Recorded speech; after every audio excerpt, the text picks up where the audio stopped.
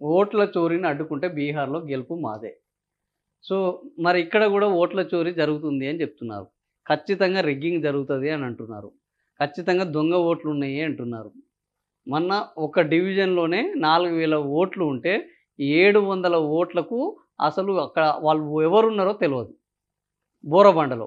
So, ఇట్లా ఒక 4 బూతులలో 4000 ఓట్లుంటే 4000 ఓట్లలో 700 ఓట్లకు అసలు ఆ ఓటర్లు ఎవరో అక్కడ లేనే లేరు ఫిజికల్‌గా. సో, ఈ రకంగా మన దగ్గర ఇప్పుడు ఓట్లున్నయి. అక్కడ దొంగ ఓట్లను అడ్డుకుంటే బీహార్‌లో గెలుపు మాదంటే, ఇక్కడ దొంగ ఓట్లను అడ్డుకుంటే గూడా ఎప్పుడైనా అధికార పార్టీ దొంగ ఓట్లుని వాడుకుంటుంది. ప్రతిపక్షాలు ఆ దొంగ ఓట్లకు బలైతాయి.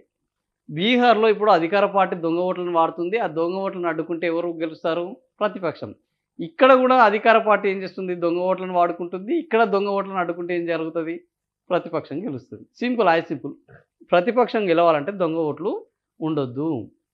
సో, ఈ దొంగ ఓట్లు జరుగుతున్నాయి అనేది మొదటి రోజు నుంచెల్లి ఒక ఇంట్లో ఎన్నున్నాయి, అందులో ఒక కాంగ్రెస్ పార్టీ అభ్యర్థి వాళ్ళ అనుచరులకు ఎన్నున్నాయి, వాళ్ళ అనుచరులు కొత్త ఓట్లు ఎన్ని నమోదు చేశారు, ఆ ఇండ్లల్లో అసలు ఎంతమంది ఉంటున్నారు, ఇవన్నీ లెక్కలతో సహా ఇచ్చారు.